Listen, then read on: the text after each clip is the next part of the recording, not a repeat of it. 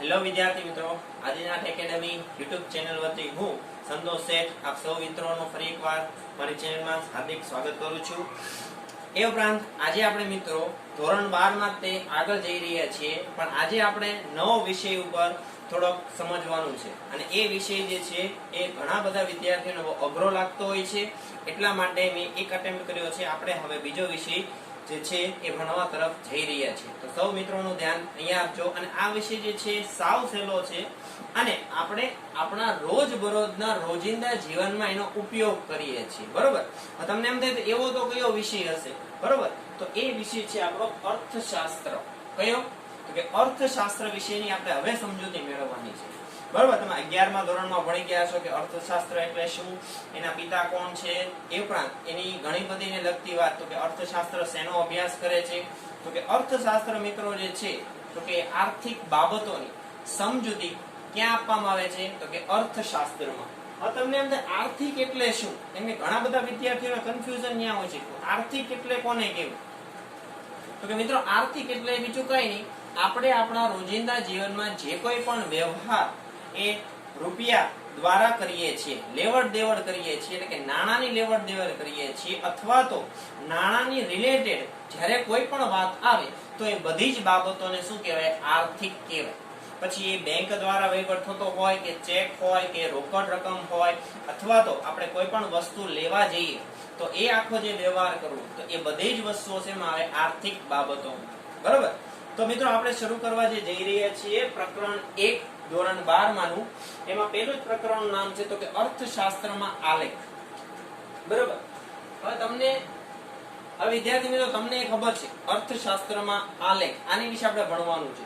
તો મેં તમને પહેલા કીધું એમ અર્થશાસ્ત્ર શેનો અભ્યાસ કરે છે, તો કે આર્થિક ઘટનાઓની સમજૂતી શેમાં આપવામાં આવે છે, તો કે અર્થશાસ્ત્રમાં।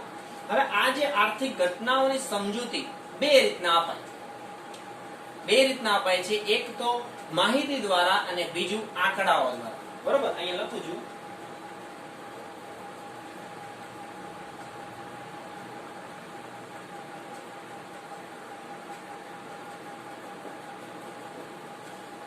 અર્થશાસ્ત્રમાં બે માહિતી જે છે, માહિતી દ્વારા અને આંકડાઓ દ્વારા એ વિશ્લેષણ કરવામાં આવે છે, એ બધી જ માહિતીનું વિશ્લેષણ થાય છે, એટલે મેં લખ્યું છે વિશ્લેષણ। તો કે અર્થશાસ્ત્રમાં જે છે વિશ્લેષણ કરવામાં આવે છે, કોનું વિશ્લેષણ?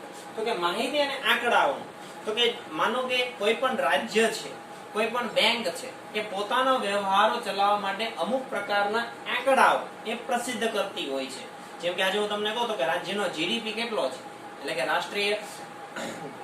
કુલ રાષ્ટ્રીય આવક, માથાદીઠ આવક એ કેટલી છે, તો એ આંકડાઓમાં આવે છે। તો આનું વિશ્લેષણ જે છે એ અર્થશાસ્ત્ર કરે છે। અને આમાં કેવું થાય મિત્રો, તો કે સામાન્ય જન હોય એને આમાં મોટા ભાગની બાબતોમાં રસ પડતો નથી, બરોબર? એટલે આપણે બહુ ધ્યાન આપતા નથી, કેમ કે આંકડાઓ છે। તમે જોજો છાપું તમે જ્યારે વાંચો ત્યારે જે આંકડાકીય માહિતી હશે એ આપણે કદાચ એનો નંબર વાંચશું, પણ એ શું કહેવા માંગે છે એનું વિશ્લેષણ આપણે કોઈથી કરીશું નહીં, બરોબર? તો હવે અહીંયા અર્થશાસ્ત્ર શું કરે છે, એ આંકડાકીય માહિતીને સમજવા માટે, એનું વિશ્લેષણ કરવા માટે બે સાધનોનો ઉપયોગ કરે છે। તો કે એ બે પ્રકારના ચિત્રોનો ઉપયોગ કરે છે, બરોબર? અને એ બે ચિત્રો છે, પેલું તો આકૃતિ અને બીજું આલેખ, બરોબર? આ બે વસ્તુ, એક આકૃતિ અને બીજું આલેખ, આ બંને દ્વારા શું થાય છે? આપણે એની સમજ મેળવે છે અને વિશ્લેષણ કરવામાં આવે છે અર્થશાસ્ત્રમાં, બરોબર મિત્રો? તો ત્યાર પછીનો આપણો જે મેઇન મુદ્દો આવે છે તો કે આકૃતિ અને આલેખનો અર્થ, બરોબર? તો કે આ બે વસ્તુઓ એક્ચ્યુઅલીમાં છે શું, કેમ કે બેની સમજૂતી મેળવવી પડે, કેમ કે આપણે પહેલા જ તે કીધું તો કે અર્થશાસ્ત્રી જે છે લોકોને, સામાન્ય પ્રજાને રસ પડે એ માટે ચિત્રો દ્વારા માહિતી અને આંકડાઓ પહોંચાડવામાં આવે છે સામાન્ય જન સુધી। હવે એમાં બે વસ્તુ જવાબદાર, એક તો આપણી આકૃતિઓ અને બીજું આલેખ। તો હવે એ બે સમજવું પહેલા પડે, તો કે આકૃતિ એટલે શું ને આલેખ એટલે શું, બરોબર મિત્રો? તો પહેલા એનો અર્થ જોઈએ। તો કે અર્થમાં એક વાક્ય જે છે એ નોંધવાનું છે કે જે છે બંને જે છે ચિત્રો છે, બરોબર? એટલે કે આકૃતિ ચિત્ર છે અને આલેખ એક પ્રકારનું ચિત્ર છે, બરોબર? અને જુદા જુદા કારણોસર, એટલે કે અર્થશાસ્ત્રમાં વપરાતી જે કઈ પણ માહિતી જે છે એની માહિતી માટે જુદા જુદા કારણોસર એનો ઉપયોગ કરવામાં આવે છે। એનો એટલે કોનો? તો કે આકૃતિ અને આલેખનો ઉપયોગ. બરોબર મિત્રો? તો હવે મિત્રો આપણે આનો અર્થ જે છે એ સમજવો છે, તફાવતના રૂપે સમજવો છે. શેના રૂપે? તફાવતના રૂપે. કેમ કે જ્યારે આપણે કમ્પેરિઝન મિત્રો કરીને ત્યારે આપણને વધારે યાદ રહે. બરોબર? તો અહીંયા મેં સાદા એવા મુદ્દા તારવ્યા છે કમ્પેરિઝન ના, તો કે આકૃતિ કોને કહેવાય અને આલેખ કોને કહેવાય. બરોબર? બંને સાવ સહેલું છે.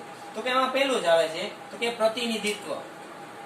જો એમ લખ્યું એટલે કે આકૃતિ જે છે એ પ્રતિનિધિત્વ કોની દ્વારા થાય છે? તો કે ચિત્ર દ્વારા. ચિત્ર દ્વારા દોરે છે.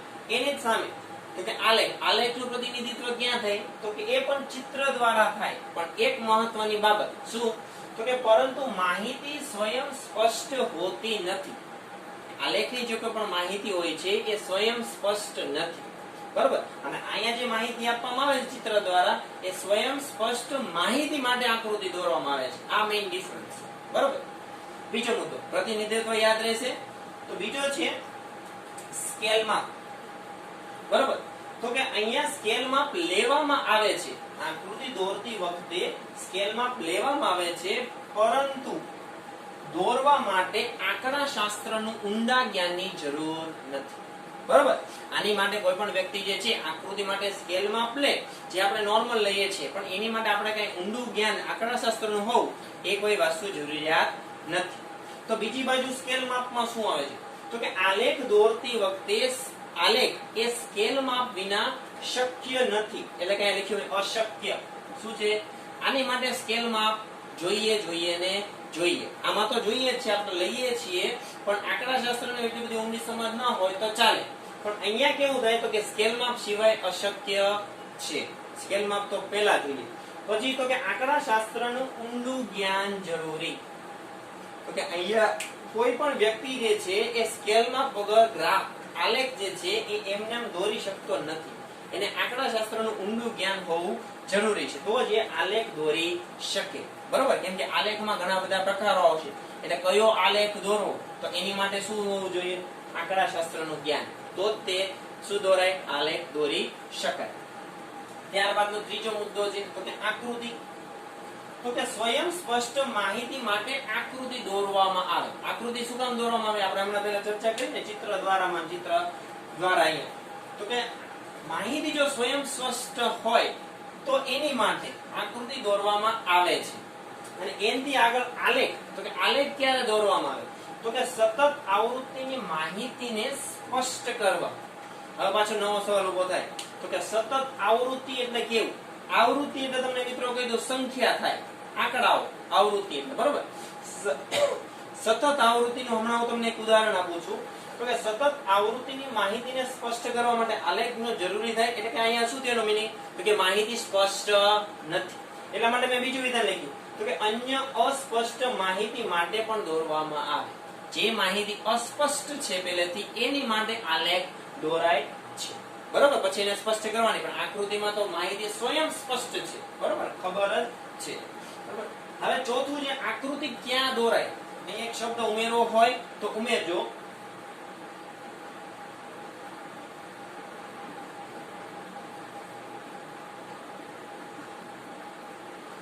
તો કે આકૃતિ ક્યાં દોરવામાં આવે? તો કે સામાન્ય પેપર ઉપર દોરાય. કોઈ પણ જાતનું પેપર લ્યો તમે, એટલે કે લાઈન વાળું લ્યો, બ્લેન્ક પેપર લ્યો, કોઈ પણ ચાલે. તો અહીંયા જે છે આલેખ ક્યાં દોરવામાં આવે? તો કે આલેખમાં એવું ન થાય. આલેખ હું તમને એમ કહી દઉં કે આમાં દોરી નાખું તો એ વ્યાજબી નથી. તો આલેખ જે છે એ સામાન્ય રીતે ગ્રાફ પેપર તમે જોયેલા હશે. બરોબર? ગ્રાફ પેપર ઉપર એનું માપ લઈને દોરવામાં આવે છે, સ્કેલ માપ લઈને. બરોબર? પછી જેવું રાખ્યું 5 સેન્ટીમીટર બરાબર 1 અથવા તો 1 કિલો અથવા તો 10 કિલો, જે કઈ પણ પ્રકારનું આપણે માપ લીધું હોય તે. બરોબર? આ 4 મુદ્દા યાદ રાખો. એટલે અહીંયા આપણે અર્થની સમજૂતીનો તફાવત દ્વારા આપે. બરોબર? હવે આગળ જોઈએ. તો મિત્રો તેની આગળ એના અર્થમાં, એટલે કે આકૃતિ અને આલેખના અર્થમાં આપણે આગળ જોવું છે. તો એના તફાવત રૂપે જે આપણે સમજીએ છીએ, તો એમાં આગળનો મુદ્દો જે છે તો કે માહિતી. તો કે આપણે જે કીધું ને, માહિતી અને આંકડાઓનું વિશ્લેષણ કરવામાં આવે છે. તો એ માહિતી જે છે એ કેવા પ્રકારની માહિતી છે? બરોબર? તો કે અહીંયા જે છે તો કે માહિતીની આવૃત્તિ અસતત હોય ત્યારે આકૃતિનો ઉપયોગ થાય. બરોબર? તો મિત્રો અસતત આવૃત્તિ એટલે કેવી આવૃત્તિ? કેમ કે આપણને બધાને એક પ્રશ્ન ઉભો થાય. મેં તમને હમણાં આપણે કીધું તો સતત આવૃત્તિ, ત્યારે મેં તમને કીધું હમણાં હું તમને ઉદાહરણ આપું. તો હવે અહીંયા મિત્રો પહેલા આપણે તફાવત જોઈ લઈએ. તો કે આકૃતિ હોય તો આવૃત્તિ અસતત હોય ત્યારે, એટલે યાદ હું રાખવાનું, આકૃતિનો અસતત હોય ત્યારે શેનો કઈ માહિતી? માહિતીની આવૃત્તિ અસતત હોય ત્યારે આકૃતિનો ઉપયોગ થાય. અને આલેખનો ઉપયોગ ક્યારે થાય પાછો? તો કે માહિતીની આવૃત્તિ સતત એટલે કે કન્ટિન્યુઅસ હોય ત્યારે એનો ઉપયોગ થાય. બરોબર? તો કે હવે આ બે વસ્તુને સમજીએ. અસતત માહિતી એટલે કેવી? એટલે કે અસતત આવૃત્તિ એટલે કેવી અને સતત આવૃત્તિ એટલે કેવી? બરોબર? તો કે એને એક ઉદાહરણ આપ્યું છે. તો કે અહીંયા જે છે તો કે કિંમત આપેલી છે. કિંમત હંમેશા શેમાં હોય? રૂપિયામાં. તો કે 1 રૂપિયો છે, 2 રૂપિયો છે, 5 રૂપિયા છે, 7 રૂપિયા છે અને 10 રૂપિયા છે. બરોબર? તો એની સામે માંગ એકમમાં એટલે કે આવૃત્તિ, તો કે માંગ કેટલી છે બજારમાં? બરોબર? કોઈ વસ્તુ તમે ધારી લો. બરોબર? તો એની માંગ કેટલી છે? તો કે આપણે કમ્પેર કરતા જઈએ. એટલે કે જ્યારે કિંમત 1 રૂપિયો હોય કોઈ પણ વસ્તુની, બરોબર, XYZ, તો ત્યારે માંગ કેટલી હોય છે? 100 જણ માંગવા વાળા હોય, 1 રૂપિયો હોય ત્યારે.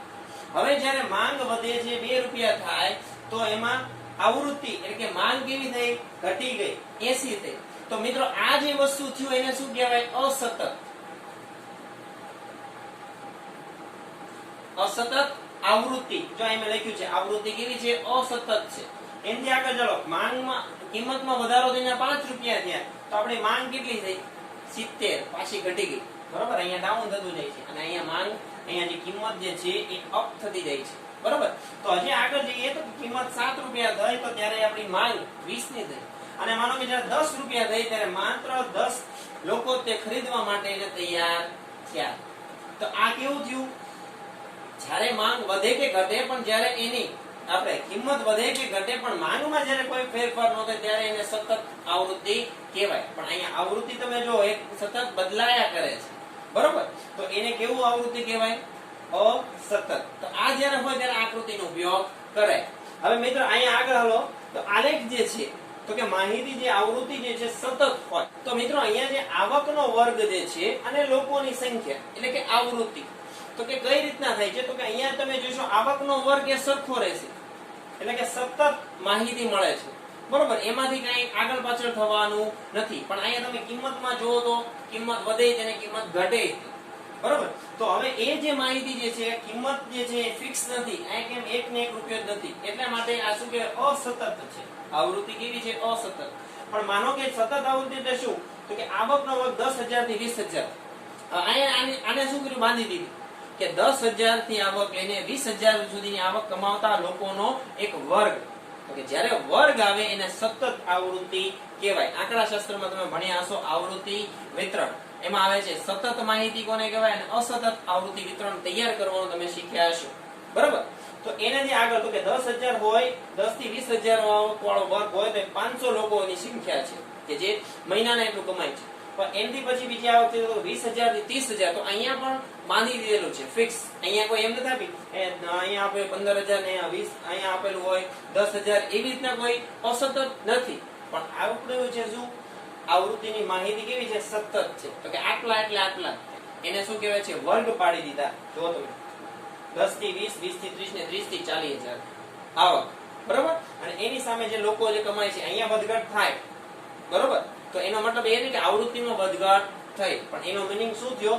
વર્ગ બાંધી દીધો છે. સતત માહિતી છે કે આમાંથી આવે એટલે આમાંથી જ તે. પછી આમાંથી કોઈ 10,000 થી 20,000 ની ઉપર વાળો કોઈ 21,000 વાળો આવક કમાવતો હોય તો એ વર્ગનો સમાવેશ આમાં થાય નહીં. એ પાછો ક્યાં જાય? અહીંયા.